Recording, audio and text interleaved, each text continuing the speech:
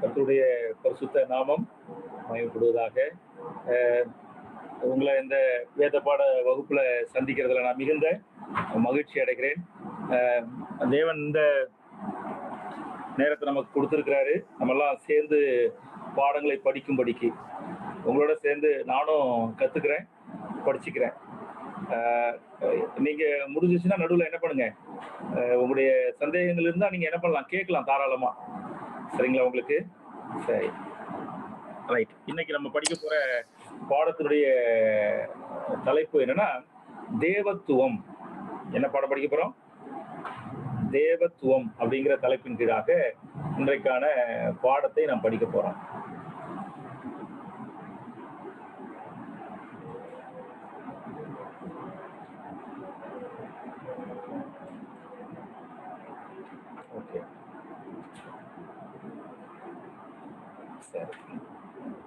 பார்க்கிறோம். யோவான் 17:3, ஒன்றான மெய்தேவனாகிய உம்மையும் நீர் அனுப்பினவராகிய இயேசு கிறிஸ்துவையும் அறிகிறதே நித்திய ஜீவன்.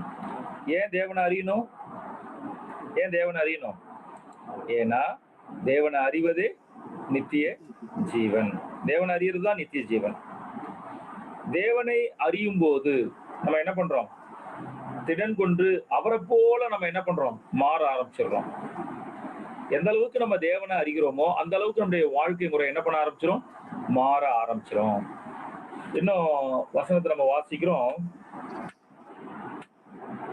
1 யோவான் 4:10-19 வாசிக்கிறோம். நாம் தேவனிடத்தில் அன்பு கூர்ந்ததினால் அல்ல, அவர் நம்மிடத்தில் அன்பு கூர்ந்து நம்முடைய பாவங்களை நிவர்த்தி செய்கிற கிருபாதார பலியாக நம்முடைய குமாரனை அனுப்பினதினாலே அன்பு உண்டாயிருக்கிறது. அவர் முந்தி நம்மிடத்தில் அன்பு கூர்ந்தபடியால் நாமும் அவரிடத்தில் அன்பு கூறுகிறோம். சரி, இந்த வசனத்திலிருந்து ஏன் தேவனை அறியணும் அப்படிங்கிற ஒரு காரணத்தை உங்களால சொல்ல முடியுமா? யார் சொல்றீங்க? சொல்றவங்க என்ன பண்ணலாம்? உங்க கையில என்ன பண்ணலாம்? நீங்க உயர்த்தலாம். இந்த வசனம் 1 யோவான் 4வது அதிகாரம் 10-19 வசனங்கள். அதுல இருந்து என்ன சொல்றாங்க? நாம் தேவனிடத்தில் அன்பு கூர்ந்ததினால் அல்ல, அவர் நம்மிடத்தில் அன்பு கூர்ந்து நம்முடைய பாவங்களை நிவர்த்தி செய்கிற கிருபாதார பலியாக நம்முடைய குமாரனை அனுப்பினதினாலே அன்பு உண்டாயிருக்கிறது. அடுத்தது மறுபடியும் 19வது வசனத்துல கொஞ்சம் விளக்கம் கொடுக்குறாங்க. என்ன விளக்கம் கொடுக்குறாங்கன்னா, அவர் முந்தி அன்பு கூர்ந்ததினால, அவர் முந்தி நம்மிடத்தில் அன்பு கூர்ந்தபடியால் நாமும் அவரிடத்தில் அன்பு கூறுகிறோம். ஏன் தேவனை அறியணும்? யார் சொல்றீங்க?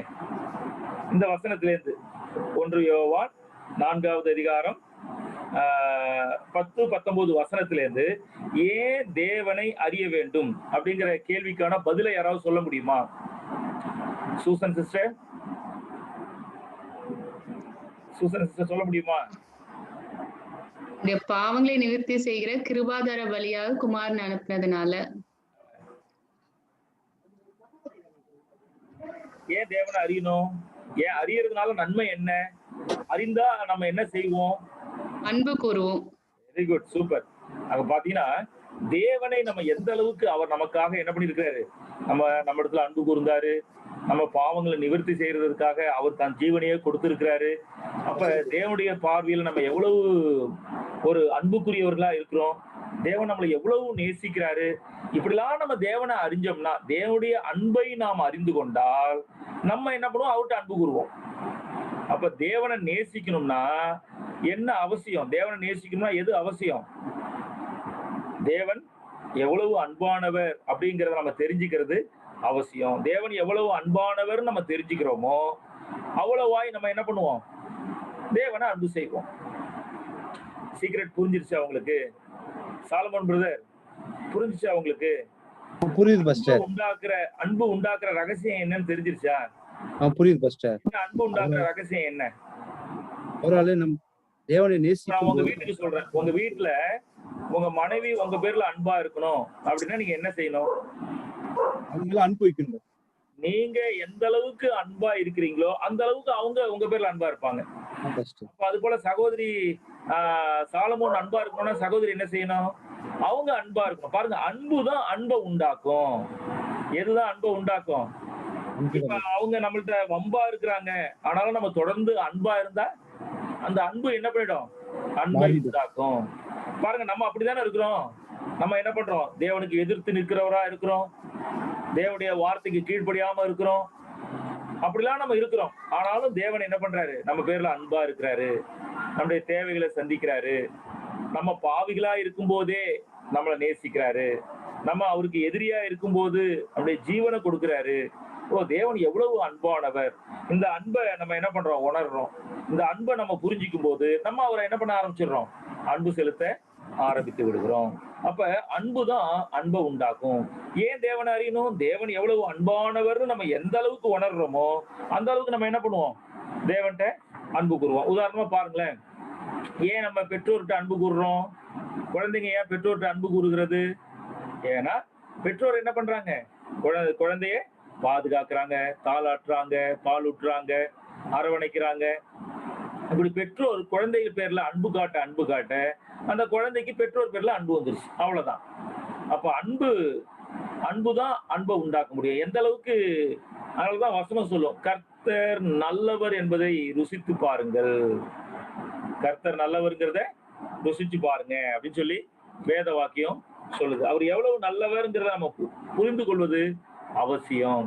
அப்படி புரிந்து கொள்ளும் போது நம்ம என்ன பண்ண முடியும்? அவரை அன்பு கூற முடியும். சரி, இன்னும் சில மேற்கோள்களை நான் உங்களுக்கு காண்பிக்கிறேன். பரலோகத்தில் ஒரு மனிதனுடைய மதிப்பு அவன் இருதயம் எந்த அளவுக்கு தேவனை பற்றி அறிந்திருக்கிறது என்பதை வைத்து நிர்ணயிக்கப்படுகிறது. பரலோகத்துல ஒரு நபருடைய மதிப்பு, அவர் என்ன பண்றாரு? தேவனா அறிந்திருக்க பாருங்க. ஏனோக்கு தேவனை அறிந்திருக்கும் போது எந்த அளவுக்கு தேவனை அறிஞ்சிருந்தானோ அந்த அளவுக்கு அவர் என்ன பண்றாரு? ஒருமனப்பட்டு அவரோட நடந்தாரு. ஏனோக்கு தேவனோடு சஞ்சரித்து கொண்டிருந்தான் அப்படின்னு வசனம் சொல்லுது இல்ல? அப்ப பாருங்க, நம்ம தேவனை எந்த அளவுக்கு அறிகிறோமோ அந்த அளவுக்கு நம்ம என்ன பண்ணுவோம்? நம்முடைய வாழ்க்கை முறையே மாறி போயிடும். சரி, இன்னும் ஒரு வசனம் சொல்லுது பாருங்க, சகல அறிவிற்கும் உண்மையான வளர்ச்சிக்கும் தேவனை அறிகிற அறிவுதான் ஊற்றாக இருக்கிறது. நம்ம எந்த அளவுக்கு தேவனை அறிந்திருக்கிறோமோ அந்த அளவுக்கு தான் நம்முடைய அறிவு, அதாவது ஆவிக்குரிய வாழ்க்கையில நம்முடைய அறிவு என்ன பண்ணிருக்கோம்? மேலோங்கி இருக்கும். சரிங்களா? உங்களுக்கு தேவனை அறிதல் அவரை நேசிப்பதாகும். இதெல்லாம் நேத்திக்கே நம்ம படிச்சோம். சரி, அடுத்தது பாக்குறோம். பரலோகத்துல சாத்தானுடைய வீழ்ச்சி எதனால வந்துச்சு? தேவனை பற்றி அவன் சரியா என்ன பண்ணல? புரிந்து கொள்ளாததுனால. தேவனை அவன் சரியா புரிஞ்சிருந்தானா உன்னதமானதுக்கு ஒப்பாவேன், வானத்துக்கு ஏறுவேன் அப்படின்னு அவன் சொல்லுவானா? தேவனை பத்தி தெரியல. அதனாலதான் என்னது? தேவனுக்கு ஒப்பாவேன் அப்படின்னு சொல்லி என்ன பண்ணா? தான் இருதயத்துல அவன் எண்ணினான். அது போல பாத்தீங்கன்னா 1/3 தூதர்களை அவன் எப்படி வீழ்த்தினான்? 1/3 தூதர்களை எப்படி வீழ்த்தினான்? சரி, ஆதாம் ஏவாளை எப்படி வீழ்த்தினான்? பாவம் செய்ய வச்சான். எப்படி வச்சான்? எப்படி பாவம் செய்ய வச்சான் ஆதாம் ஏவாளை? அது நல்லது. ஏவாள்கிட்ட வந்து சொல்றான், இந்த பழத்தை நீங்க புசிச்சா நீங்க தேவரை போல ஆயிடுவீங்க. ஆனா ஆண்டவர் இந்த பழத்தை புசிக்க கூடாதுன்னு சொல்லிட்டாரு. ஆனா அந்த பழத்தை நீங்க சாப்பிட்டா நீங்க தேவரை போல ஆவீங்க, நீங்க சாக மாட்டீங்க, உங்கள் கண்கள் திறக்கப்படும்.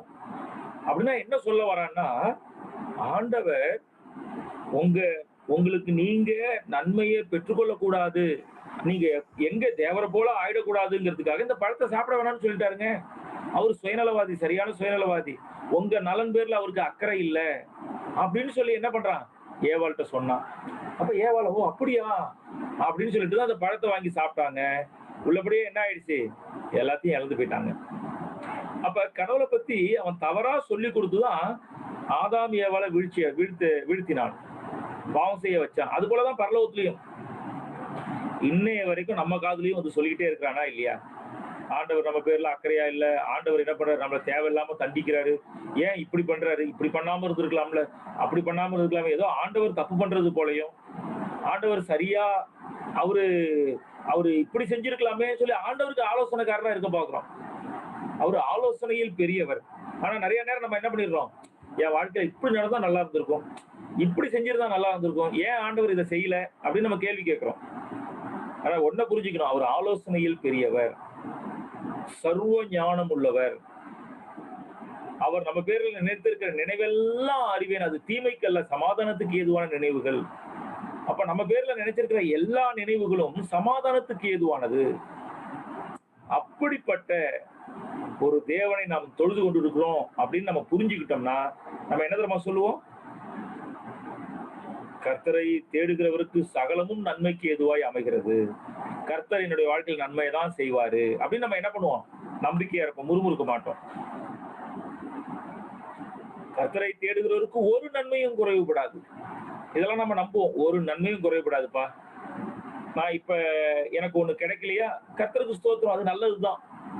ஏன்னா அவருக்கு தெரியும் எனக்கு எது தேவைங்கிறது அவருக்கு தெரியும். ஒருவேளை இப்ப கொடுக்கலையா, அப்ப இப்ப எனக்கு தேவை இல்லைன்னு அர்த்தம், அவ்வளவுதான்.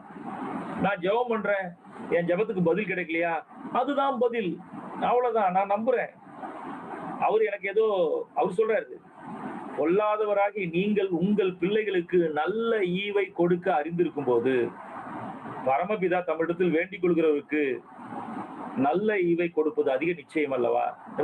பொல்லாதவங்கப்பா, நீங்க உங்க பிள்ளைக்கு நல்லது செய்யணும்னு நினைக்கிறீங்களே, அப்ப பரமபிதா நம்மிடத்துல வேண்டிக் கொள்வதற்கு நல்லது செய்வாரா செய்ய மாட்டாரா?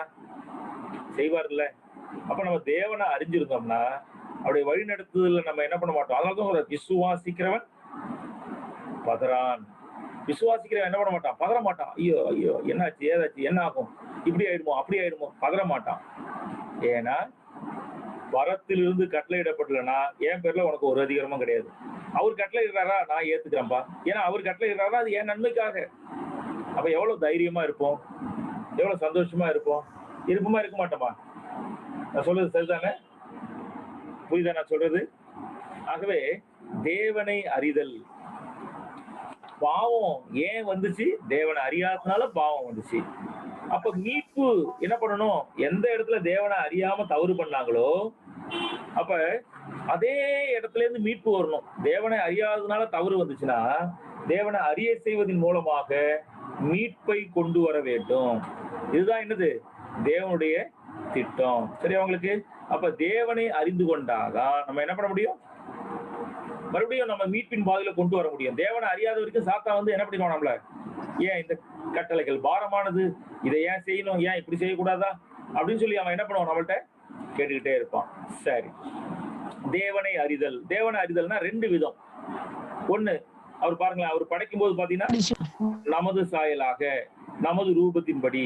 அப்ப தேவன் அப்படின்னு சொல்லும் போது அவருடைய உருவம், அவருடைய குணம் அப்படின்னு ரெண்டு விஷயம் இருக்கு தேவனை அறிதல்ங்கிறதுல. என்னென்ன விஷயம்? ஒண்ணு தேவனை அறிதல்ங்கிறது அவருடைய தன்மை, இன்னொன்னு அவருடைய குணம். நம்ம இன்னைக்கு நம்ம என்ன படிக்க போறோம் அப்படின்னு சொன்னா அவருடைய தன்மை, அதை பத்தி நம்ம என்ன பண்ண போறோம்? படிக்க போறோம். சரி உங்களுக்கு? தேவன் மூவரா அல்லது ஒருவரா அல்லது ஒருவர் தான் மூவரா? இன்னைக்கு ஒரு பெரிய குழப்பம் இருக்கு இல்ல நமக்குள்ளார, கிறிஸ்துவ சபைகளுக்குள்ளார குழப்பம் இருக்கு. ஒருவர் தான் மூவர்னு சொல்றாங்க. இல்லப்பா, 3 தனித்தனி நபர்கள் இருக்கிறாங்க அப்படின்னு சொல்றாங்க. இல்ல, 3 தனித்தனி நபர்கள் இருக்காங்க தான், அதுல ஒருத்தர் பெரியவர், மத்தவங்க எல்லாம் சின்னவர் அப்படின்றாங்க.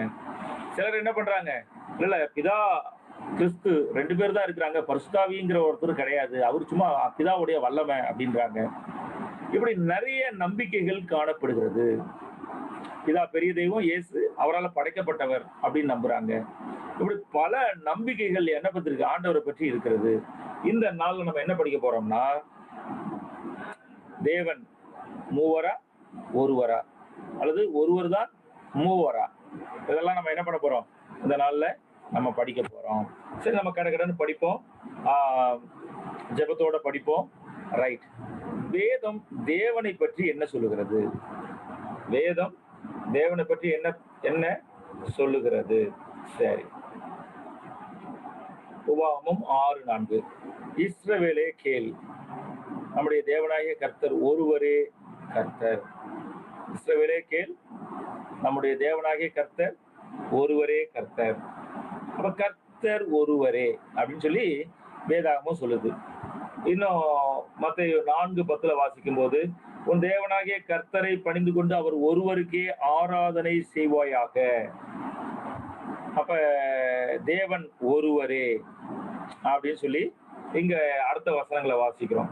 இன்னும் 10 பிரமாணத்தினுடைய முதல் கற்பனை சொல்லுது, உன்னை அடிமைத்தன வீடாகிய எகிப்து தேசத்து புறப்பட பண்ணின உன் தேவனாகிய கர்த்தர் நானே, என்னை அன்றி உனக்கு வேற தேவர்கள் உண்டாயிருக்க வேண்டாம். அப்ப வேதம் நிறைய இடத்துல தேவன் ஒருவரே தேவனுக்கும் மனுஷருக்கும் மத்தியஸ்தர் ஒருவரே அப்படின்னும். அப்ப தேவன் ஒருவரே அப்படின்னு சொல்லி என்ன பண்ணுது வேதம் சொல்லுகிறது. ஒன்றான மெய்தேவன் அப்படின்லாம் வேதம் சொல்லும்போது நம்ம என்ன யோசிக்கிறாங்கன்னா ஒரே தேவன் அப்படிங்கிற ஒரு கருத்தை யோசிக்கிறாங்க. வேதம் அப்படிதான் சொல்லுது, ஒரே தேவன் அப்படிதான் சொல்லுதே ஒழிய 3 தேவன் 4 தேவன் தேவர்கள் அப்படிலாம் சொல்லல. ஒரே தேவன் அப்படிதான் வேதம் என்ன பண்ணுது ரொம்ப தெளிவா குறிப்பிடுகிறது. சரி, அதே சமயம்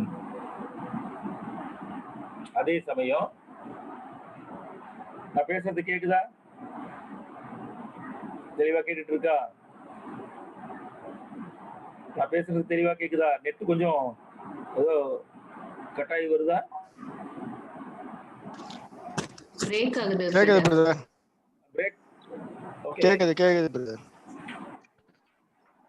கொஞ்சம் கொரகொரப்பு சத்தம் கேட்டுட்டே இருந்திருக்குமே. ஆமா பிரதர். நீங்க சொல்லுங்க நீங்க கண்டிப்பா. ஏன்னா நான் அதை ஓகே. இப்போ எப்படி கேக்குது? ஆமா, தெளிவா கேட்கல, கொரகொரப்பு இருக்கு அல்லது விட்டு விட்டு வருதுன்னா நீங்க சொல்லுங்க. நான் ஒருவேளை எனக்கு எப்படி கேக்குதுங்கிறது எனக்கு தெரியாது. இப்ப தெளிவா கேக்குதா? கிளியரா கேக்குது பிரதர். ஓகே, கேக்குது பிரதர், கேக்குது. Bhavani sister. Brother Sodhan brother. நல்லது சிஸ்டர்.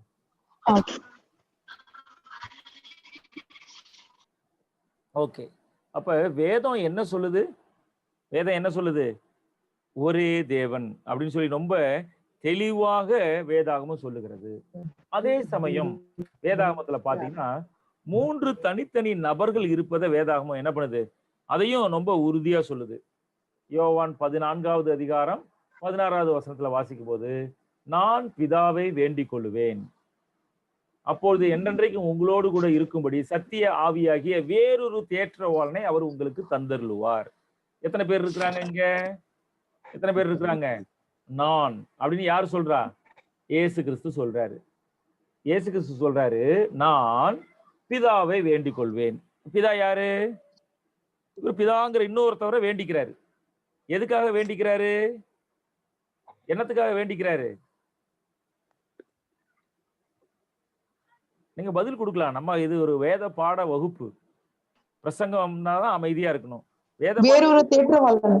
ஆமா, சத்திய ஆவியாகிய வேறொரு தேற்றவாளன். அப்ப இங்க ஒருத்தர் இருக்கிறாரு, இவரு பிதாவிட்ட ஜெபம் பண்றாரு. பிதாவிட்ட எதுக்காக ஜெபம் பண்றாருன்னா, சத்திய ஆவியாகிய வேறொரு தேற்றவாளனை அனுப்புறதுக்காக. இப்ப வேறொரு தேற்றவாளன்னா இவர் இயேசு கிறிஸ்து யாரு? அவர் இந்த உலகத்துல தேற்றவாளனா இருந்தாரு. அவர் என்ன பண்றாரு? வேறொரு தேற்றவாளனை அனுப்ப போறாரு. அப்ப இயேசு பிதாவிட்ட கேட்கிறாரு. பிதாவிட்ட என்னத்துக்கு கேட்கிறாரு? பரிசுத்த ஆவியாகிய வேறொரு தேற்றவாளனை நீங்க தாங்க அப்படின்னு சொல்லி கேட்கிறாரு. 3 நபர்கள் இருக்கிறாங்களா? 3 நபர்கள் இருக்கிறாங்களா? என்ன? 3 நபர் இருக்காங்க பிரதர். ஆமா, சூப்பர், ரைட். அடுத்தது பாருங்களேன், இன்னொரு இடத்துல ரொம்ப தெளிவா பாத்தீங்கன்னா சகரியா 3:2 பாத்தீங்கன்னா, அப்பொழுது கர்த்தர் சாத்தானை நோக்கி, கர்த்தர் உன்னை கடிந்து கொள்வாராக, சாத்தானே எருசலேமை தெரிந்து கொண்ட கர்த்தர் உன்னை கடிந்து கொள்வாராக, இவன் அக்கினியிலிருந்து தப்புவிக்கப்பட்ட கொல்லி அல்லவா என்றார். பாருங்க, இங்க எத்தனை பேர் இருக்கிறாங்க? அப்பொழுது கர்த்தர் என்ன பண்றாரு? சாத்தான்ட்ட சொல்றாரு. என்ன சொல்றாரு? சாத்தான்ட்ட என்ன சொன்னாரு? கர்த்தர் சாத்தான்ட்ட சொல்றாரு, கர்த்தர் உன்னை கடிந்து கொள்வாராகங்கிறாரு. இவர் யாரு? அவரு யாரு? இவரும் கர்த்தர், அவரும் கர்த்தர் இல்ல? அவரும் கர்த்தர். ஆமா. அப்ப கர்த்தர் சாத்தான்ட்ட சொல்றாரு, கர்த்தர் உன்னை கடிந்து கொள்வாராக, சாத்தானே எருசலேமை தெரிந்து கொண்ட கர்த்தர் உன்னை கடிந்து கொள்வாராக அப்படின்னு சொல்றாரு. சரியா உங்களுக்கு? அப்ப பாருங்க, 2 தனித்தனி நபர்கள் இந்த இடத்துல வர்றாங்க. அப்படி 2 தனித்தனி நபர்கள் வந்தாலும் 2 பேருக்கும் ஒரு பேர் இருக்கு. என்ன பேர் இருக்கு? 2 பேரையுமே கர்த்தர்னு சொல்லுது. சரி, அடுத்த வசனம் எபிரேயர் 9:1, நித்திய ஆவியினாலே தம்மை தாமே பழுதற்ற பலியாக தேவனுக்கு ஒப்பு கொடுத்த கிறிஸ்துவனுடைய ரத்தம் அப்படின்னு சொல்லி சொல்றாங்க. ஓகே, அப்ப பாக்குறோம் நித்திய ஆவி தேவனுக்கு கிறிஸ்துவனுடைய அப்படின்னு சொல்லி என்ன பண்றாங்க, நிறைய வேதம் நிறைய இடத்துல என்ன பண்ண முடியும், என்னத்தை பார்க்க முடியும்னா 3 தனித்தனி நபர்களை பற்றி வேதாகமம் என்ன பண்ணுது, பேசுது. எப்படி ஒரே தேவன் வேதாகமம் தெளிவா பேசுதோ அது போல 3 தனித்தனி நபர்கள் இருக்கிறார்கள் அப்படின்னு சொல்லி என்ன பண்ணுது வேதாகமம் ரொம்ப தெளிவா பேசுது. அப்ப கேள்வி என்னன்னா, ஒரே தேவன் 3 தனித்தனி நபர்கள், அப்ப இந்த 3 பேர்ல யார் தேவன்? இல்ல, ஒரே தேவன் வேதம் சொல்லுது, 3 தனித்தனி நபர்கள் இருக்காங்கன்னு வேதம் சொல்லுது. அப்ப இந்த 3 நபர்ல யார் தேவன்? யார் தேவன் நினைக்கிறீங்க? வசனத்தை பாப்போமா தொடர்ந்து? சரி, பிதாவாகிய தேவன். பிதாவை வேதம் என்ன சொல்லுது? நம்முடைய பிதாவாகிய தேவனுக்கு அப்படின்னு சொல்லுது. பிதாவை தேவன்னு வேதம் சொல்லுது. நமக்கு நிறைய இடத்துல தெரியும்.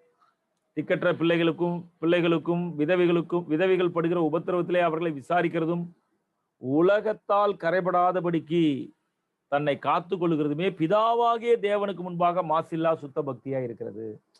அப்ப பிதா அவரை வேதம் தேவன் அழைக்கிறது நமக்கு ரொம்ப தெளிவா தெரிஞ்சு போச்சு. அப்ப ஒரே தேவன் 3 நபர்கள் இருக்கிறாங்க. அப்ப அந்த 3 பேர்ல யார் தேவன்? யார் தேவன்? பிதாவை என்ன சொல்லுது வேதம்? தேவன் சொல்லப்படுது அப்படின்னு சொல்லுது. அப்ப இயேசுவை என்ன சொல்லுது? அப்ப இயேசுவை என்ன சொல்லுது? குமாரன். பாப்போமா, குமாரன் தான் சொல்லுதா? சரி பாப்போமா, குமாரன் தான் சொல்லுது. ஆனா குமாரன் சொல்லும் போது என்ன சொல்லுதுன்னு பாருங்களேன். 1 யோவான் 5:20, அன்றியும் நாம் சத்தியம் உள்ளவரை அறிந்து கொள்வதற்கு தேவனுடைய குமாரன் வந்து நமக்கு புத்தியை தந்திருக்கிறார் என்று அறிவோம். சத்தியம் உள்ளவர்ங்கிறது யாரை குறிக்குது? பிதாவை. பிதாவை அறிந்து கொள்வதற்கு தேவனுடைய குமாரன் வந்து, அதாவது பிதாவுடைய குமாரன் வந்து நமக்கு புத்தியை தந்திருக்கிறாரு. அப்ப இயேசுவை என்ன சொல்லுது? பிதாவை சத்தியம் உள்ளவர்னு சொல்லுது, இயேசுவை தேவனுடைய குமாரன்னு சொல்லுது. சரி, அடுத்த லைன்ல பாருங்களேன். அவருடைய குமாரனாகிய இயேசு கிறிஸ்து எனப்பட்ட சத்தியம் உள்ளவருக்குள்ளும் இருக்கிறோம். கிறிஸ்துவையும் வேதம் என்ன சொல்லுது? கிறிஸ்துவையும் வேதம் என்ன சொல்லுது? சத்தியம் உள்ளவர்ங்குது. பிதாவை என்ன சொல்லுச்சு? சத்தியம் உள்ளவர்னு சொல்லுது. இயேசுவை என்ன சொல்றாங்க? அவரையும் சத்தியம் உள்ளவர்னு சொல்றாங்க. அப்புறம் சொல்லிட்டு சத்தியம் உள்ளவருக்குள்ளும் இருக்கிறோம். இவரே, எவரே? குமாரனாகிய இயேசு கிறிஸ்து. இவரே மெய்யான தேவனும் நித்திய ஜீவனுமா இருக்கிறார். அப்ப இயேசு கிறிஸ்துவுக்கும் என்ன பேர் இருக்கு? மெய்யான தேவன். பிதாவுக்கு சத்தியம் உள்ளவர்னு பேரு, இயேசுவுக்கும் சத்தியம் உள்ளவர்னு பேரு. சரியா உங்களுக்கு? பிதாவுக்கு என்ன இருக்கு? சத்தியம் உள்ளவர்னு பேர் இருக்கிறது போல இயேசுவுக்கும் சத்தியம் உள்ளவர்னு பேர் இருக்கு. பிதாவுக்கு மெய்யான தேவன், ஒன்றான மெய் தேவனாகிய உம்மையும் அப்படின்னு சொல்றாங்க பாருங்க. அவரையும் மெய் தேவன்னு சொல்றாங்க, இவரையும் என்ன பண்றாங்க? மெய் தேவன்னு சொல்றாங்க. நம்ம முதல் வசனத்துல படிச்சும் பாருங்க. இயேசுவுக்கும் கர்த்தர்னு பேர் இருக்கு, பிதாவுக்கும் கர்த்தர்னு பேர் இருக்கு. அப்ப என்னப்பா 2 பேரையும் தேவன் தேவன் சொல்லுதே, கர்த்தர் கர்த்தர்னு சொல்லுதே. சரி, இன்னும் வசனத்தை பார்ப்போமே. ரோமர் 9:5, பிதாக்கள் அவருடையவர்களே, மாம்சத்தின்படி கிறிஸ்துவும் அவர்களில் பிறந்தாரே, இவர் என்றென்றைக்கும் ஸ்தோத்தரிக்கப்படத்தக்க சர்வத்திற்கும் மேலான தேவன். இயேசு யாரா? இயேசு யாரு? கிறிஸ்துவும் அவங்கள பிறந்தாரு. கிறிஸ்து இவர் என்றென்றைக்கும் ஸ்தோத்திரிக்க சர்வத்திற்கும் மேலான தேவன், எல்லாத்துக்கும் மேலான தேவன் இயேசு கிறிஸ்து அப்படின்னு சொல்லி சொல்லுது. அப்ப நம்ம யோசிச்சிடக்கூடாது, அப்படியா? அப்படின்னா இயேசுதான் பிதாவும் அவரே, குமாரனும் அவரேவா? என்ன, பிதாவும் அவரே குமாரனும் அவரேவா? அப்படி யோசிக்கிறீங்களா யாராவது? மேல இருக்கிற வசனம் என்ன சொல்லுது பாருங்க. நாம் சத்தியம் உள்ளவரை அறிந்து கொள்வதற்கு தேவனுடைய குமாரன் வந்து நமக்கு புத்தியை தந்திருக்கிறார். அப்ப சத்தியம் உள்ளவர் தேவனுடைய குமாரன்னு என்ன பண்றாங்க? 2ஆ பிரிக்கிறாங்க. புரியுதா உங்களுக்கு? அப்ப இயேசுவே பிதா, பிதாவே இயேசு அப்படிலாம் கிடையாது. அவரு வேற இவர் வேற. ஆனா அவருக்கு என்ன பேர் கொடுக்குறாங்களோ அதே பேரை இவருக்கும் கொடுக்குறாங்க. இவர் பேர் இயேசுவுக்கும் என்ன பேர் இருக்கு? சர்வத்துக்கும் மேலான தேவன் அப்படிங்கிற பேரு இருக்கிறது. இன்னும் பாருங்களேன், ஆதியிலே வார்த்தை இருந்தது, அந்த வார்த்தை தேவனிடத்தில் இருந்தது. அப்படின்னா என்ன அர்த்தம்? ஆதியிலே, இந்த பிகினிங், ஆதியிலே, அதாவது அதாவது இந்த பிகினிங், அதாவது துவக்கத்திலே அப்படின்றாங்க. அவர் என்னவா இருந்தார்? வார்த்தையா இருந்தார்ப்பா. அந்த வார்த்தை எங்க இருந்துச்சு? தேவன் இடத்தில் இருந்தது. தேவன் இடத்துல என்ன அர்த்தம்? தேவன் இருக்கும் இடத்தில் இருந்தது. தேவனுக்குள்ள இல்ல, தேவனோடு இருந்தது. அந்த வார்த்தை தேவனாய் இருந்தது. தேவனோடு இருந்த வார்த்தை, தேவனோடு இருந்தாரு. அந்த வார்த்தையாகிய இயேசுக்கு பேர் என்னது? வார்த்தை. அவர் எங்க இருந்தாரு? தேவன் இருக்கிற இடத்துல இருந்தாரு. சரி, தேவன் இருக்கிற இடத்துல இருந்த அந்த வார்த்தை யாரா இருந்தாரு? தேவன் இருக்கும் இடத்தில் இருந்த அந்த வார்த்தை தேவனா இருந்தது. அவர் ஆதியிலே தேவனோடு இருந்தார். அவர் மூலமாய் சகலமும் உண்டாயிற்று. உண்டானதொன்றும் அவரை இல்லாமல் உண்டாகவில்லை. இயேசு மூலமா தான் எல்லாம் உண்டாச்சு. இயேசு இல்லாம எதுவுமே உண்டாகல. அப்ப எப்படி இயேசு உண்டாக்கப்பட்டவர்? இல்ல. அப்ப இயேசுவும் என்னது? தன்னில் தான் ஜீவன் உள்ள தேவனாய் இருக்கிறார். அந்த தேவனாய் இருந்த அந்த வார்த்தை தான் மாமிசமாகியது. அந்த வார்த்தை மாமிசமாகியது. தேவனாய் இருந்த அந்த வார்த்தை என்னவாச்சு? மாம்சமாகியது. மனிதனாய் வந்தார். மனிதனா வந்ததுனாலதான் அவருக்கு பேரு குமாரன். சரி, அவங்களுக்கு ஏன் அவருக்கு குமாரன்ற பேரு? மனிதர்களை மீட்பதற்கு மனிதராய் வந்தார். எபிரேயர்ல வசனம் சொல்லும், அவங்க நம்மள சகோதரன்னு சொல்ல அவர் வெட்கப்படலையா. பிள்ளைகள் மாம்சத்தையும் ரத்தத்தையும் உடைய இருக்க, அவரும் மாம்சத்தை ரத்தத்தை உடையவரா ஆனாரு. நம்முடைய சகோதரனா நம்ம கூட பிறந்துட்டாரு. நம்ம கூட நமக்காக நம்மளை மீட்கிறதுக்கு நம்ம இருக்கிற இடத்துக்கு அவர் வந்தாருங்க. அப்ப மனுஷனாய் வந்ததுனால நம்ம எல்லாம் யாரு? அவரை பிதான்னு கூப்பிடுறோம். அது போல அவரை பிதான்னு கூப்பிடுறாரு. அவ்வளவுதான். நம்ம எல்லாம் அவருடைய பிள்ளைகள். இயேசு மனுஷகுமாரனா வந்ததுனால இயேசுவும் தேவனுடைய பிள்ளையா ஆயிட்டாரு. அதனாலதான் இயேசுவ குமாரன் நம்ம சொல்றோம். மற்றபடி இயேசு என்னது? அவரு ஆரம்பத்திலேயே பிதா என்ன பண்ணல, உருவாக்கின அல்லது பிதாவிலிருந்து பிரிந்து வந்த ஒருவர் அல்ல. சரிங்களா? சரி, அதனாலதான் பாருங்க, தேவன் மாம்சத்தில் வெளிப்பட்டார். நம்ம இதுல வாசிப்போம், அந்த வார்த்தை மாமிசமாகியது அப்படின்னு சொல்லி 1 யோவான், சரி, யோவான் 1வது அதிகாரம் 14வது வசனத்துல வாசிப்போம். அதே வார்த்தையினுடைய தொடர்ச்சி பாருங்க, தேவன் மாம்சத்தில் வெளிப்பட்டார். அப்ப மாம்சத்தில் வெளிப்பட்டார்னா யாரு மாம்சத்தில் வெளிப்பட்டார்? வார்த்தை மாம்சமாகியது.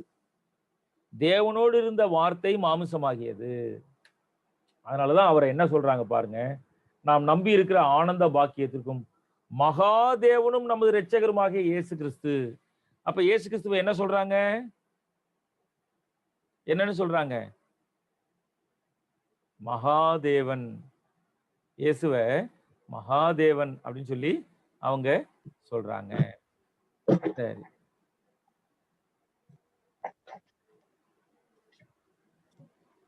ஓகே, அடுத்தது. சரி, இப்ப பரிசுத்தாவியை பத்தி என்ன சொல்றாங்க? பரிசுத்தாவியை பத்தி வேதம் என்ன சொல்லுது? நமக்கோ தேவன் அவைகளை தமது ஆவியினாலே வெளிப்படுத்தினார். அந்த ஆவியானவர் எல்லாவற்றையும், தேவனுடைய ஆழங்களையும் ஆராய்ந்திருக்கிறார். மனுஷனுள்ள ஆவியை என்று மனுஷர்கள் எவன் மனுஷனுக்குரியவைகளை அறிவான்? அப்படி போல தேவனுடைய ஆவியை என்று ஒருவனும் தேவனுக்குரியதை அறிய மாட்டான். மனுஷனால மனுஷனை அறிய முடியும், மனுஷனால தேவனை அறிய முடியுமா? தேவனை அறிய முடியாது. அப்ப தேவனை யார் அறிய முடியும்? தேவனா இருக்கிறவர் தான் தேவனை அறிய முடியும். தேவனா இருக்கிறவரால் தான் யாரை அறிய முடியும்? தேவனை அறிய முடியும். அப்ப பிதா பரிசுத்த ஆவியானவர் என்ன பண்றாரு? ஆவியானவர் தேவனுடைய ஆழங்களை ஆராய்ந்திருக்கிறார். அப்ப ஆவியானவருக்கு என்ன தெரியும்? தேவனுடைய ஆழம்லாம் தெரியும். சரி, அப்ப நம்மளால தேவனை அறிஞ்சிக்க முடியுமா? அறிஞ்சிக்க முடியாது. தேவனை அறிந்திருக்கிற, தேவனாய் இருக்கிற ஆவியானவர் மட்டும்தான் தேவனை குறித்து எனக்கு என்ன பண்ண முடியும்? சொல்லித்தர முடியும். என்னால யோசிச்சு கூட தேவனை பத்தி அறிஞ்சிக்க முடியாது. என்னால யோசிச்சு கூட தேவனை பற்றி அறிய முடியாது. இப்ப உதாரணமா இப்ப எடுத்துங்களேன், இது என்ன கலர்? மஞ்சள் கலர் இல்ல, எல்லோ. சரி, இப்ப பாருங்களேன், இப்படி ஒரு கலர் இருக்கு, இது இது இது எல்லோ அப்படின்னு சொல்லி நமக்கு சொல்லி தரலன்னா, யாராவது ஒருத்தவங்களுக்கு சொல்லியே தரல, கலரை பத்தியே சொல்லி தரலங்க, அவங்கள்ட்ட போயிட்டு இது என்ன கலர்னு கேட்டா அவங்க என்ன சொல்லுவாங்க? ஐ திங்க் அது எல்லோன்னு நினைக்கிறேன் அப்படின்னு சொல்லுவாங்களா? கேட்கறது புரியுதா உங்களுக்கு? நமக்கு தெரியாத ஒண்ண, அல்லது இப்போ உதாரணமா எனக்கு ஆங்கிலமே தெரியாதுங்க. என்கிட்ட போய் என்ன பண்றாங்க? அப்படி எழுதி இது ஏவ எழுதி என்ன பண்றாங்க? இது என்னன்னு கேட்டா, எனக்கு ஆங்கிலமே தெரியாது. அப்படின்னா, எனக்கு அத காட்டுன உடனே இது அப்படின்னு சொல்ல முடியுமா? நான் கேட்கறது புரியுதா உங்களுக்கு? என்னப்பா எல்லாம் இருக்கீங்களா? இருக்கும் பிரதர். மாஸ்டர். நான் சொல்றது சரிதானே? அதாவது Correct. எனக்கு தெரியாத ஒண்ண நான் யோசிச்சு இதுதான் அப்படின்னு நான் சொல்ல முடியுமா? இல்ல முடியாது. அப்படி சொல்ல முடியாது. சரிதானே நான் சொல்றது உங்களுக்கு? அப்படி சொல்ல முடியாது. ஏன்? நமக்கு யாராவது ஒருத்தர் கத்துக் கொடுக்கணும். நம்ம கற்றுக் கொடுத்தா மட்டும்தான் நம்ம அப்படி சொல்றது சாத்தியம். இல்ல? அப்ப அது போலதான் தேவன் அப்படின்னா, தேவனை பத்தி நம்மளே யோசிக்க முடியுமா? நம்மளே அறிஞ்சிக்க முடியுமான்னா அறிஞ்சிக்க முடியாது. இப்ப யார் தான் கத்துக் கொடுக்கணும்? எப்படி நமக்கு ஒரு டீச்சர் கத்துக் கொடுக்குறாங்களோ, கத்துக் கொடுக்கும் போது நம்ம அறிஞ்சிக்கிறோமோ, அது போல தேவனுடைய ஆழங்களை அறிந்திருக்கிற தேவனுடைய ஆவியே என்று ஒருவனும் தேவனுக்குரியதை என்ன பண்ண முடியாது? அறிந்து கொள்ள முடியாது. அப்ப தேவனை அறிவிக்கிறவர், தேவனை அறிந்திருக்கிறவர், தேவனை சொல்லிக் கொடுக்கிறவர் யாரு? தேவன் தான் சொல்லி தர முடியும். ஏன்னா மனுஷனால மனுஷனுக்குரியது தான் அறிய முடியும். தேவனால மட்டும்தான் தேவனுக்குரியதை அறிய முடியும். தேவனுக்குரியதை நமக்கு சொல்லித் தரவும் முடியும். சரிங்களா உங்களுக்கு? சரி. நீங்கள் தேவனுடைய ஆலயமா இருக்கிறீர்கள். யாரோட ஆலயம்? நம்ம தேவனுடைய ஆலயமா? தேவனுடைய ஆலயம் அப்படிங்கிறப்ப பரிசுத்த ஆவியினுடைய ஆலயமா இருக்கிறீங்க அப்படின்னு சொல்லி வேதம் சொல்லுது. அப்ப பரிசுத்த ஆவியினுடைய ஆலயத்தை வேதம் என்ன சொல்லுது? தேவனுடைய ஆலயம். பரிசுத்த ஆவியானது யாரு? தேவன். சரிங்களா உங்களுக்கு? இதே போலதான் இன்னொரு வசனம் இருக்கு. பரிசுத்தாவிட்ட பொய் சொல்லிடுவாங்க. உடனே பேதுரு கேட்பாரு, நீங்க தேவன்கிட்ட பொய் சொல்லிட்டீங்கன்னு. அப்ப பரிசுத்தாவிட்ட பொய் சொன்னதை வேதாகமம் என்ன சொல்லுது? தேவன்கிட்ட பொய் சொன்னீங்கன்னு சொல்லுது. அப்ப இது பரிசுத்த ஆவியானவர் யாரு? தேவன். வசனம் சொல்லுது தேவ ஆவியானவர், ஸ்பிரிட் ஆஃப் காட். அவர் என்ன பண்ணார்? தேவ ஆவியானவர் ஜலத்தின் மேல அசைவாடி கொண்டிருந்தார். அப்ப பரிசுத்த ஆவியானவரை தேவ ஆவி, தேவன் ஆவியானவர், தேவ ஆவியானவர் அப்படின்னு சொல்லி என்ன பண்ணுது? வேதம் சொல்லுகிறது. அப்ப பாருங்க, நம்ம முதல்ல என்ன பார்த்தோம்? ஒரே தேவன் அப்படின்னு சொல்லி பார்த்தோம். சரி, ஒரே தேவன் பார்த்தோம். அப்புறம் என்ன பார்த்தோம்? 3 தனித்தனி நபர்கள் இருக்காங்க அப்படின்னு சொல்லி பார்த்தோம். ஒரு தேவன் 3 பேர் இருக்கிறாங்களா? ரைட் இருந்துட்டு போட்டோம் 3 பேரு. அப்ப அந்த 3 பேர்ல யார்ப்பா தேவன் அப்படின்னு சொன்னா, வேதம் 3 பேரையும் தேவன்னு சொல்லுது. அப்ப 3 தேவன் ஆச்சே. ஆனா வேதம் ஒரு தேவன்னு சொல்லுது. எப்படி இது? எப்படி இது சாத்தியம்? நாங்க பாக்குறோம். தேவ பக்திக்குரிய ரகசியம் அது. தேவ பக்திக்கான ரகசியம். 1 யோவான் 5:7-8 சொல்லுது, பரலோகத்திலே சாட்சி இடுகிறவர் மூவர். பரலோகத்துல சாட்சி இடுகிறவர் எத்தனை பேரு? மூவர். பிதா, வார்த்தை, பரிசுத்தாவி என்பவர்களை மூவரும் ஒன்றாய் இருக்கிறார்கள். 3 பேருங்க. ஆனா அந்த 3 பேரும் எப்படி இருக்கிறாங்க? ஒன்றாக இருக்கிறாங்க. பூலோகத்துல சாட்சி இடுகிறவை 3, ஆவி, ஜலம், ரத்தம் என்பவை 3ம் ஒருமைப்பட்டு இருக்கிறது. அப்ப ஒன்றாய் இருத்தல் அப்படின்னா என்ன அர்த்தம்? ஒருமைப்பட்டு இருக்கிறது அப்படின்னு சொல்லி அர்த்தம். பூலோகத்துல சாட்சி இருக்கிறது என்னது? 3, ஆவி, ஜலம், ரத்தம். இப்போ உதாரணமா எடுத்துங்களேன், ஒரு ரத்தம் எடுத்துங்களேன். ரத்தத்துல என்னெல்லாம் இருக்குது? ரத்தத்துல பாத்தீங்கன்னா பிராணவாயு, அதாவது ஆவி இருக்கு, ஆக்சிஜன், ஆவி இருக்குது. சரி, வேற என்ன இருக்கு ரத்தத்துல? ரத்த அணுக்கள் இருக்கணும். ரத்த அணுக்கள் இல்லைன்னா அது என்ன கிடையாது? அது ரத்தம் கிடையாது இல்ல? அப்ப ரத்த அணுக்கள் இருக்கணும். அப்புறம் என்ன இருக்கணும்? ரத்தத்துல என்ன இருக்கும்? தண்ணீர் இருக்கும். ஜலம் இருக்குமா இருக்காதா? ஆமா. அப்ப பாருங்க, ஒரு ரத்தம் அப்படின்னு சொன்னா தண்ணி இருக்கும், அப்புறம் ரத்த அணுக்கள் இருக்கணும், அப்புறம் ஆக்சிஜன் இருக்கணும். இந்த 3ம் இருந்தாதான் ரத்தம். இந்த 3ம் இருந்தாதான் நம்ம உயிரோட இருக்க முடியும். இப்ப நம்ம சாப்பிடுற சாப்பாடு நேரா வயிற்றுக்கு போகுது. அங்கேருந்து எடுத்து அந்த சத்துக்களை எடுத்து அது என்ன பண்ணுது? ரத்தத்தின் மூலமா தான் எல்லா இடத்துக்கும் போகுது. இப்ப நம்ம வயிற்றுல இருந்து நமக்கு எல்லா இடத்துக்கும் கனெக்ஷன் தனியா சத்துக்கள் போற அளவுக்கு இருக்கா? இல்ல. அதுல இருக்கக்கூடிய சத்துக்கள் ரத்தத்துக்கு போய் ரத்தத்துல இருந்து தான் எல்லா இடத்துக்கும் போகும். அப்ப தண்ணியா இருக்கிறதுனால தான் அதனால கடத்திக்கிட்டு போக முடியுது, எடுத்துட்டு போக முடியுது எல்லா இடத்துக்கும். இப்ப உதாரணமா பாருங்களேன், நம்ம உயிர் எதுல இருக்கு? காத்துல இருக்கா, ரத்தத்துல இருக்கா? ரத்தத்துல இருக்கு பிரதர். அப்ப மூச்சு விடாம இருக்க முடியுமா? மூச்சு விடாம இருக்க முடியுமா? முடியாது அண்ணா. அப்ப மூச்சுல தானே இருக்குன்னு சொல்லணும். ஏன் ரத்தத்துலன்னு சொல்றாங்க? என்ன பவானி சிஸ்டர், ஏன் ரத்தத்துலன்னு சொல்றாங்க? ரத்தம் தான் ஆக்சிஜனை கடத்திட்டு போகுது அண்ணா. அதனால ரத்தம் வெளியில அதிகமா போயிடுச்சுன்னா ஆக்சிஜன் வந்து கம்மியாயிடும். ஆக்சிஜன் கம்மியாயிடுச்சு அப்படின்னா பிரெயின் வந்து சுவாசிக்கிறதுக்கு தேவையான ஃபங்க்ஷனை வந்து செய்யறதுக்கு கமாண்ட் கொடுக்க முடியாது. அதனாலதான் மயக்கம் போட்டு விழுந்துடுறாங்க அப்புறம். ஆமாங்கண்ணா. ஓகேப்பா, நல்லதுமா. அந்த கமாண்ட் இல்லாததுனால லங்ஸ் வந்து வேலை செய்யாது. அப்ப பாருங்க, நான் சுவாசிக்கிற அந்த காற்று இங்க என்ன பண்ணுது? நுரையீரலுக்கு போகுது. நுரையீரலுக்கு போகும்போது இதயத்தோட வேலை என்னது? பம்ப் பண்றது. என்ன பண்ணும்? நல்ல ரத்தத்தை பம்ப் பண்ணும், உடம்பு முழுவதும் போகும். கட்ட விரல்ல இருந்து உச்சந்தலை வரைக்கும் ரத்தம் போகும். இருதயத்தோட வேலை பம்ப் பண்ணி அதை என்ன பண்ண? அனுப்பி விடும். அப்ப ரத்தம் உச்சந்தலையில இருந்து உள்ளங்கால் வரைக்கும் எல்லா இடத்துக்கும் ரத்தம் போகும். போயிட்டு அங்க இருக்கிற என்னது, அதாவது என்னது, கார்பன் டை ஆக்சைடு, அங்க இருக்கக்கூடிய அழுக்கெல்லாம் எடுத்துக்கிட்டு மறுபடியும் என்ன பண்ணும்? அது நேரா இதயத்துக்கு வரும். இதயத்துக்கு வந்தோடனே இதயத்துல 2 அறை இருக்குது.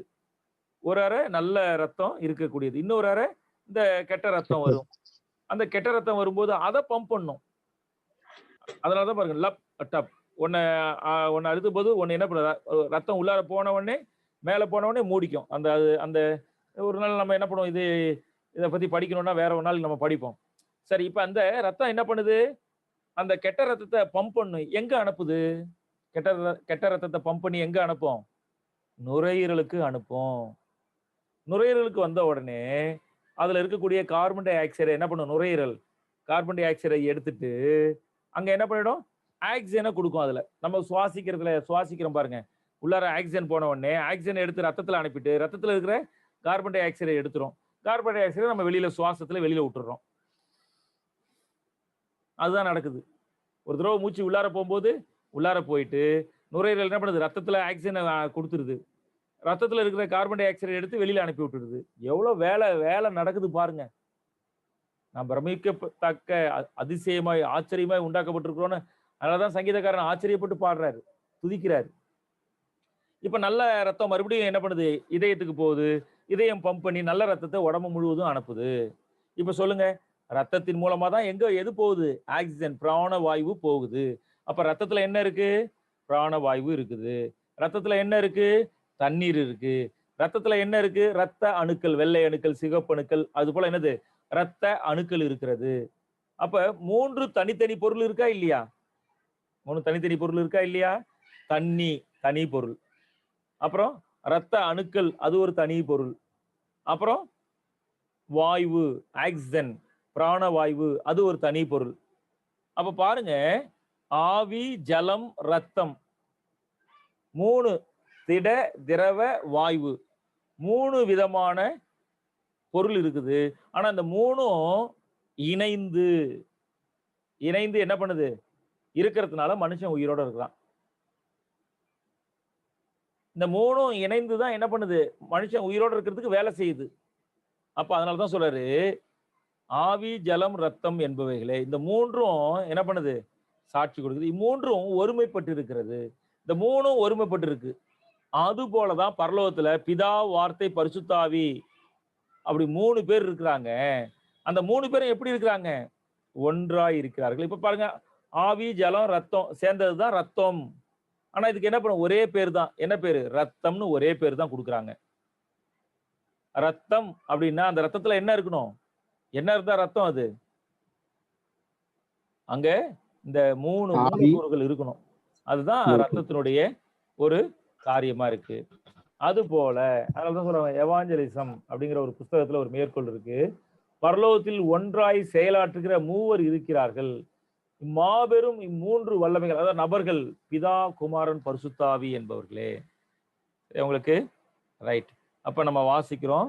அப்ப மூன்று தனித்தனி நபர்களாக இருந்தாலும் அந்த மூவரும் ஒருமைப்பட்டு இருக்கிறதுனால அவங்கள என்ன சொல்லுது வேதம்? என்ன சொல்லுது அவங்களுக்கு? அவங்கள என்ன சொல்லுது?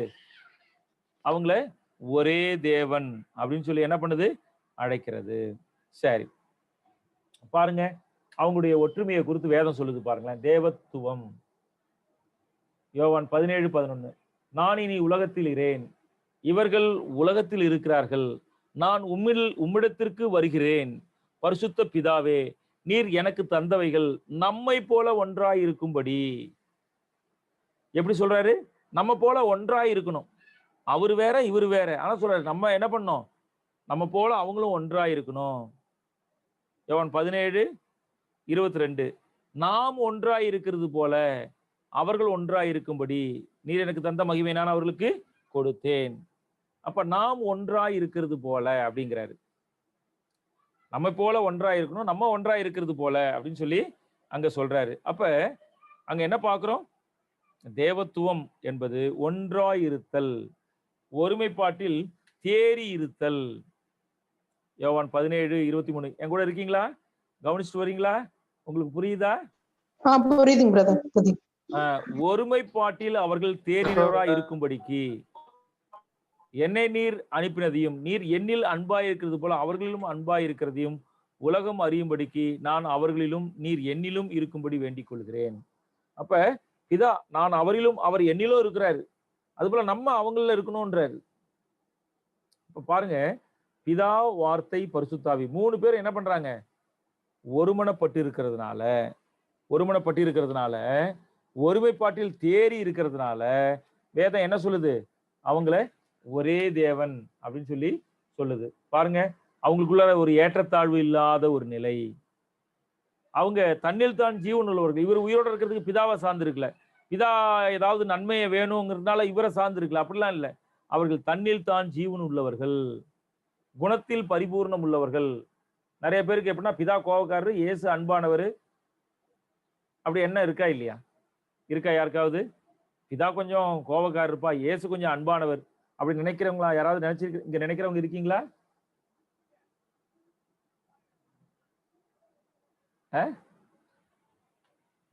நினைக்கிறீங்களா? அப்படி நினைக்கிறவங்க இருந்தா இப்படி என்ன பண்ணுங்க, இப்படி கையை காட்டுங்க. அதாவது வருது பாருங்க, இதுல கை வருது பாருங்க, அது போல சொல்லுங்க, இப்படி கையை காட்டுங்க. நீங்க ஒருவேளை பேசலனாலும் நம்ம சில சமயம் நினைக்க பாக்குறோம் இல்ல? ஆமா, நிறைய பேர் என்ன நினைக்கிறாங்க? இதான் கொஞ்சம் கோபக்காரர் இருப்பா, பழைய ஏற்பாட்டுல அவர் இருந்தாருப்பா, இயேசு கிறிஸ்து புதிய ஏற்பாட்டு தெய்வம், புதிய ஏற்பாட்டுல ரொம்ப கிருபியா இருக்கிறாருப்பா அப்படிலாம் நினைக்கிறாங்க. இல்ல, குணத்தில் பரிபூர்ணம் தேவன். இயேசு மரிச்சதுனால பிதா நம்ம பேர்ல அன்பா இருக்கிறாரா? இயேசு மரிச்சதுனால பிதா நம்ம பேர்ல அன்பா இருக்காரா? இல்ல. அவர் அன்பா இருக்கிறதுனால குமாரனை கொடுத்தார். குமாரனை தந்தர்லி இவ்வளவாய் உலகத்தில் அன்பு கூர்ந்தார். அவர் அன்பா இருக்கிறதுனாலதான் குமாரனை கொடுத்தாரு. நாம் சத்துருக்களா இருக்கும்போது நாம் நன்றி அறியாதவருக்கும் துரோகிகளுக்கும் நன்மை செய்யறாராம். அப்படிதான் யாரு? அவரு அன்புள்ளவர். குணங்கள்ல யாரும் என்னது ஏற்றத்தாழ்வுலாம் ஒண்ணும் கிடையாது. குணத்தின் பரிபூரணம், நித்தியத்துவம், தெய்வீகம் எல்லாத்துலயும் அவங்க ஒருமனப்பட்டு இருக்கிறதுனால வேதாகமம் என்ன சொல்லுது? அவங்கள ஒரே தேவன் அப்படின்னு சொல்லுது. அதனாலதான் அவங்க பாருங்க, அவங்க படைக்கும் போது சொல்லுவாங்க, நமது சாயலாக நமது ரூபத்தின்படி மனுஷனை உண்டாக்குவோம். நமது ஒருமனப்பாடு அங்க பாக்குறோம் பாருங்க. அப்ப 3 என்பது உருவத்தையும் 1 என்பது குணத்தையும் குறிக்கிறது. பரலோகத்துல சாட்சி ஒரு மூவர் அப்படின்னா என்ன அர்த்தம்? மூவர் என்பது உருவத்தையும், அடுத்தது மூவரும் ஒன்றாய் இருக்கிறார்கள். 1 அப்படிங்கிறது குணத்தையும் குறிக்கக்கூடிய காரியமாக இருக்கிறது. அப்ப குணத்துல 3 பேரும் என்ன பண்றாங்க? அவ்வளவு ஒற்றுமையானவர்கள். அதே சமயம் 3 ஆள் தத்துவம் உள்ளவர்கள் அப்படிங்கிறத வேதாகமம் என்ன பண்ணுது? ஆமா, பிதா என்பவர் பரிசுத்தாவி கிடையாது, பரிசுத்தாவிங்கிறவர் இயேசு கிறிஸ்து கிடையாது, பிதாங்கிறவர் இயேசு கிறிஸ்து கிடையாது, அதுபோல இயேசு கிறிஸ்துங்கிறவர் பிதா கிடையாது. இதை நம்ம என்ன பண்றோம்? நாம் புரிந்து கொள்ள வேண்டும். சரி, அப்புறம் அதனாலதான் அவர் என்ன பண்றாரு? அப்ப ஒரே தேவன். அது எப்படிப்பா? 3 பேர் இருப்பாங்களா, ஆனா ஒரே ஆளுன்னு எப்படி நீங்க சொல்றீங்க? அது எப்படி சொல்ல முடியும்? நமக்குள்ளார அப்படி ஒரு எண்ணம் வருதுன்னா, வேதாகமம் என்ன பண்ணிருக்கு? அதை புரிந்து கொள்வதற்கு சில உதாரணங்களை கொடுக்குது. என்ன உதாரணம் அப்படிங்கிறப்ப, மத்தேயு 19வது அதிகாரம் 4லேருந்து 6. அவர்களுக்கு அவர் பிரதியுத்தரமாக, ஆதியிலே மனுஷனை உண்டாக்கினவர் அவர்களை ஆணும் பெண்ணுமாக உண்டாக்கினார் என்பதையும், இது நிமித்தம் புருஷனானவன் தன் தகப்பனையும் தன் தாயையும் விட்டு தன் மனைவியோடு இசைந்திருப்பான், அவர்கள் இருவரும் ஒரே மாம்சமாய் இருப்பார்கள். அப்ப என்ன சொல்றாங்க? அவங்க இருவரும் ஒரே மாம்சமா இருப்பாங்க. இப்படி இருக்கிறபடியால் அவர்கள் இருவராய் இராமல் ஒரே மாம்சம். அப்ப கணவன் மனைவியை குறித்து வேதம் என்ன சொல்லுது? அவங்க 2 பேர் தான், ஆனா 2 பேரு, ஆனா அவங்க என்னது? ஒரே மாமிசம் அப்படின்னு சொல்லுது. ஏன்? அவங்க 2 நபர்கள் என்று, நபர்கள் என்பது 2, ஆனா ஒரே மாமிசம்னு ஏன் சொல்றாங்க? குணங்கள், ஐக்கியம், அதுல அவங்க என்ன பண்ணிருக்கணும்? ஒன்னா இருக்கணும். சரி அவங்களுக்கு? அப்ப கணவன் மனைவி 2 மாமிசமா ஒரே மாமிசமா? அவங்க இருவரா ஒருவரா? வேதம் என்ன சொல்லுது அவங்கள? இருவரா இராமல். அவங்க 2 பேர் கிடையாதுன்னு. ஆனா கணவன் மனைவி என்னது? ஆண் பெண் 2 பேர். அவங்க இவர் ஆணு அவர் பெண்ணு. அப்ப பாருங்க 2 பேர் இருக்கிறாங்க. ஆண் பெண்ணுன்னு கணவன் மனைவி 2 பேர் இருக்கிறாங்க. அப்ப வேதம் சொல்லுது அவர்கள் இருவர் கிடையாதுப்பா, இருவரும் ஒரே மாமிசம் அப்படின்னு சொல்லி வேதாகமம் சொல்லுது. புரியுதா உங்களுக்கு? அப்ப இப்ப எப்படி அவங்களுடைய ஐக்கியத்தின் நிமித்தம் அவங்கள ஒண்ணுன்னு சொல்லுது. அது போலதான் பிதா, வார்த்தை, பரிசுத்தாவி 3 பேரு, ஆனா அவங்களுடைய அந்த ஐக்கியத்தின் நிமித்தம், குணத்தின் நிமித்தம் அவங்கள வேதாகமம் என்ன சொல்லுது? ஒரே தேவன் சொல்லுது. புரிஞ்சுச்சா உங்களுக்கு? அதுதான் விஷயம். சரி, இன்னும் சில உதாரணத்தை இப்ப பாருங்களேன். இந்த கயிறு பாத்தீங்கன்னா 2 கயிறு, ஆனா 2 கயிறை முடிச்சு போட்டாச்சு. இப்ப இப்படி வச்சா இது 2 கயிறா ஒரு கயிறா? புரியுதா உங்களுக்கு? 2 கயிறை என்ன பண்ணிட்டாங்க? முடிச்சு போட்டாங்க. இப்ப சொல்லுங்க, இப்படி நீட்டும் போது 2 தான், ஆனா அது என்னது? முடிச்சு போட்டிருக்கும் போது, இணைக்கப்பட்டிருக்கும் போது அது என்னவா இருக்கு? 1. சரி, இப்ப பாருங்களேன். ஆவியின் கனியா கனிகளா? ஆவியின் கனியா கனிகளா? சரி, ஆவியின் கனியோ? அப்ப ஆவியின் கனி அப்படின்னு சொல்றாங்க. 9 கனிகள் இருக்குது. 9 கனிகள் இருக்கும்போது அப்ப அதை எப்படிதான் சொல்லணும்? ஆவியின் கனிகள்னு சொல்லணும். ஆனா என்ன பண்றாங்க? ஆவியின் கனின்னு ஒருமையில சொல்றாங்க. ஏன் ஒருமையில சொல்றாங்க? அங்க அன்பு இருந்தாதான் சந்தோஷம் இருக்கும். அன்பு இருந்தாதான் சந்தோஷம் இருக்க முடியும். சந்தோஷம் இருந்தாதான் சமாதானம் இருக்க முடியும். சமாதானம் வேணுமா? நீடிய பொறுமையோட இருக்கணும். ஒண்ணு சார்ந்து இருக்குது. ஒண்ணு சார்ந்து இருக்கிறதுனாலதான் அதை என்ன பண்றாங்க? ஆவியின் கனின்னு சொல்றாங்க. பாருங்க, 1 + 1 = 1 அப்படின்னு பைபிள் சொல்லி தருது. அதே போல 1 + 1 + 9 1 போட்டா ஈக்குவல் என்னது? 1. சரி, இன்னும் ஒரு விஷயம் பாருங்களேன். வேதாகமம் எத்தனை புஸ்தகம் காணப்படுது? 66 புஸ்தகம் காணப்படுது. அப்ப 66 புஸ்தகம் இருக்கும்போது வேதாகமத்தை எப்படி அழைக்கணும்? வேத ஆகமம்னா என்ன அர்த்தம்னா, வேதம் அப்படின்னா சட்டம், ஆகமம்னா புஸ்தகம்னு அர்த்தம். அப்ப வேத ஆகமம்னா என்ன அர்த்தம்? சட்ட புஸ்தகம்னு அர்த்தம். ஆனா நிறைய புஸ்தகம் உள்ளார இருக்கும்போது அதை எப்படி அழைக்கணும்? வேத ஆகமங்கள் அப்படின்னு அழைக்கணும். ஆனா எப்படிதான் அழைக்கிறாங்க? அத வேதாகமம்னு அழைக்கிறாங்க. ஏன்னா அது ஒன்றை ஒன்று சார்ந்து இருக்கிறது. ஆதியாகமம் இல்லைன்னா யாத்திராகமம் இல்லை, யாத்திராகமம் இல்லைன்னா ஆதியாகமத்தினுடைய தொடர்ச்சியை நம்ம படிச்சுக்க முடியாது. அப்ப ஒன்னை ஒன்று சார்ந்து இருந்து ஒன்றினால் ஒன்று முழுமை அடைகிறது. அதனால வேதாகமத்தை ஆண்டவர் என்ன பண்றாரு? வேதம் அப்படிங்கிற ஒருமையில அழைக்கிறாரு. வேதங்கள் வேதம் அப்படின்னு சொல்லி என்ன பண்றாரு? ஒருமையில அழைக்கிறாரு. அது போல பாருங்களேன், சபை ஒரே சரீரம், அநேக அவயங்கள். சரீரம்ங்கிறது 1, அவயங்கள் அநேகம். அநேக அவயங்கள் இருந்தாலும் அதுக்கு என்ன பேரு? சரீரம்னு ஒரே பேரு தான். நான் சொல்றது புரிஞ்சா உங்களுக்கு? அநேக அவயங்கள் இருந்தாலும் அதுக்கு என்ன பேரு? அவயங்கள் அநேகமா இருந்தும் சரீரம் ஒன்றே. சரீரம், அவ்வளவுதான். சரி உங்களுக்கு? அப்ப பாருங்களேன், விசுவாசிகள் திரளான கூட்டத்தார், விசுவாசிகள் திரளா கூடி இருக்கிறாங்க. அவங்களுக்கு எத்தனை இதயம் எத்தனை மனசு இருந்துச்சாம்? ஒரே இதயம் ஒரே மனசு இருந்துச்சாம். அதனாலதான் அவங்க என்ன பண்றாரு, அவயங்கள் அநேகமா இருந்தாலும் சரீரம் ஒன்று. அவருடைய நம்பிக்கை நிமித்தம் எல்லாரும் இணைக்கப்பட்டிருந்தாங்க. திரளான கூட்டம் என்பது எண்ணிக்கையை குறிக்கிறது, நபர்களை குறிக்கிறது. ஒரே இருதயம் ஒரே மனம் என்பது குணத்தை குறிக்கிறது. அவங்க குணத்தில் ஒருமனப்பட்டிருந்தாங்க. தனித்தனி ஆழ்த்தத்துவம் உள்ளவர்களாய் காணப்பட்டாலும் குணத்தில் ஒருமனப்பட்டிருக்கிறதுனால ஒரே இருதயம் ஒரே மனம். சரி, அவங்களுக்கு நம்ம பாடத்தை முடிக்க போறோம். அப்ப இந்த தேவத்துவம் நமக்கு என்ன பாடத்தை கத்து தருது? பரிசுத்த பிதாவை, நீர் எனக்கு தந்தவர்கள் நம்மை போல ஒன்றாய் இருக்கணும். நம்ம எத்தனை பேர் இருந்தாலும் சரி, இப்ப இந்த குரூப்ல பாத்தீங்கன்னா ஒரு 13 பேர் இருக்கிறாங்க. இந்த 13 பேர் நம்ம 13 நபர்களா இருந்தாலும் நம்ம சத்தியத்துல என்ன பண்ணிருக்கணும்? ஒன்றாய் இருக்கணும். அவர்கள் எல்லாரும் ஒன்றாய் இருக்கவும், பிதாவே நீர் எனக்கு அனுப்பினதை உலகம் விசுவாசிக்கத்தக்கதாக நீர் என்னிலேயும் நான் உம்மிலேயும் இருக்கிறது போல அவர்கள் எல்லோரும் நம்மில் ஒன்றாய் இருக்க வேண்டிக் கொள்கிறேன். அப்ப நம்ம தேவன்ல இணைஞ்சிட்டோம்னா நம்ம எல்லாம் என்ன பண்ணிடுவோம்? ஆண்டவரோட இணைஞ்சா நம்ம எல்லாருமே ஒருத்தவங்க என்ன பண்ணிடுவோம்? ஒருமனப்பட்டுருவோம். ஆண்டவரோட இணையாததுனால தான் இன்னைக்கு நம்மளால என்ன பண்ண முடியும்? மக்களோட மனிதர்களோட சமாதானமா இருக்க முடியல. அப்ப ஆண்டவர் என்னதான் நமக்கு அவங்க 3 பேரா இருந்தாலும் அவங்க குணத்தில், அவங்களுடைய குணத்தில் அவங்க என்ன பண்ணியிருக்காங்க? ஒருமனப்பட்டு இருக்கிறது போல நம்ம என்ன பண்ணிருக்கணும்? நம்மளும் ஒற்றுமையா இருக்கணும்னு ஆண்டவர் கேட்கிறாரு. சரி, அவங்களுக்கு நம்மளும் ஒற்றுமையா இருக்கணும் ஆண்டவர் கேட்கிறாரு. அங்க பாருங்க, கிறிஸ்துவுக்குள் யாதொரு ஆறுதலும், அன்பிலே யாதொரு தேறுதலும், ஆவியில் யாதொரு ஐக்கியமும், யாதொரு உருக்கமான பட்சமும் இரக்கங்களும் உண்டானால் நீங்கள் ஏக சிந்தையும், ஏக சிந்தைனா என்னது? ஒரே சிந்தையும் ஏக அன்புள்ளவராய் இருந்து இசைந்த ஆத்துமாக்களாய் ஒன்றையே சிந்தித்து என் சந்தோஷத்தை நிறைவாக்குங்க. வாக்குவாதம் பண்ணாதீங்க, வீண் பெருமை அடையாதீங்க, மனத்தாழ்மையில ஒருத்தர் மேன்மையா எண்ணுங்க. கிறிஸ்து இயேசுகிட்டு இருந்த அந்த சிந்தை உங்கள்கிட்டையும் இருக்கட்டும்ங்கிறாரு. அப்ப ஏக சிந்தை, ஏக மனசு, ஒன்றையே சிந்திக்கணும். அப்ப ஒருமனப்படணும். தேவன் பிதா வார்த்தை பரிசுத்த ஆவி 3 பேரும் ஒன்றுபட்டு இருக்கிறது போல நம்மளும் ஒன்றுபடணும்னு சொல்றாரு. எதுல ஒன்றுபடணும்?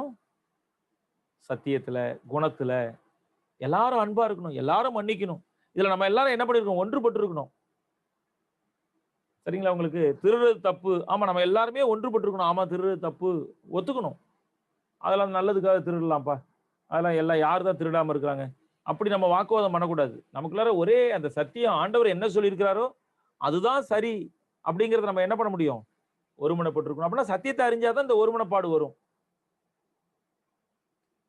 நீங்கள் எல்லாரும் ஒரே காரியத்தை பேசவும், பிரிவினைகள் இல்லாமல் ஏக மனதுடன் ஏக யோசனையும் உள்ளவர்களாய் சீர்பொருந்தி இருக்க வேண்டும் என்று நம்முடைய கர்த்தராகிய இயேசு கிறிஸ்து நாமத்தினாலே உங்களுக்கு புத்தி சொல்லுகிறோம். அப்ப கிறிஸ்துவ நமக்கு திரும்ப திரும்ப ஒண்ணு கத்துக் கொடுக்க விருப்பப்படுது. என்ன கத்துக் கொடுக்க விருப்பப்படுது? நம்ம ஒன்னா இருக்கணும். அப்படின்னா ஒன்னா இருக்கிறதுனா என்ன அர்த்தம்? சத்தியத்துல, குணத்துல நம்ம எல்லாம் ஒன்னா இருக்கணும். ஒவ்வொருத்தவங்க ஒவ்வொரு குணமா இருக்கக்கூடாது. சரியா உங்களுக்கு? சரி, நீங்கள் ஒரு அன்புள்ளவராக இருந்தால் அதனால நீங்க என்னுடைய சீச்சர்ன்னு எல்லாரும் அறிந்து கொள்வார்கள். ஆகவே நம்ம தேவனுடைய பிள்ளைகள் நம்ம எப்படி இருக்கணும்? தேவன் ஒற்றுமையா இருக்கிறது போல, அவங்க 3 பேரா இருந்தாலும் ஒரே தேவன்னு சொல்ற அளவுக்கு அவங்க ஒற்றுமையா இருக்கிறது போல நம்ம பல இடங்கள்ல இருக்கலாம், பலரா இருக்கலாம். ஆனா நம்ம சத்தியத்துல, குணத்துல நம்ம எப்படி இருக்கணும்? ஒன்றா இருக்க வேண்டும். சரியா உங்களுக்கு?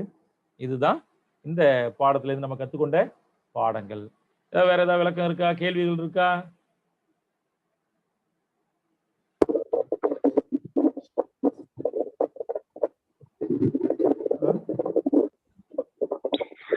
அண்ணா, ஆவியானவர் பத்தி இன்னும் டீடைலா படிக்க முடியுமாண்ணா?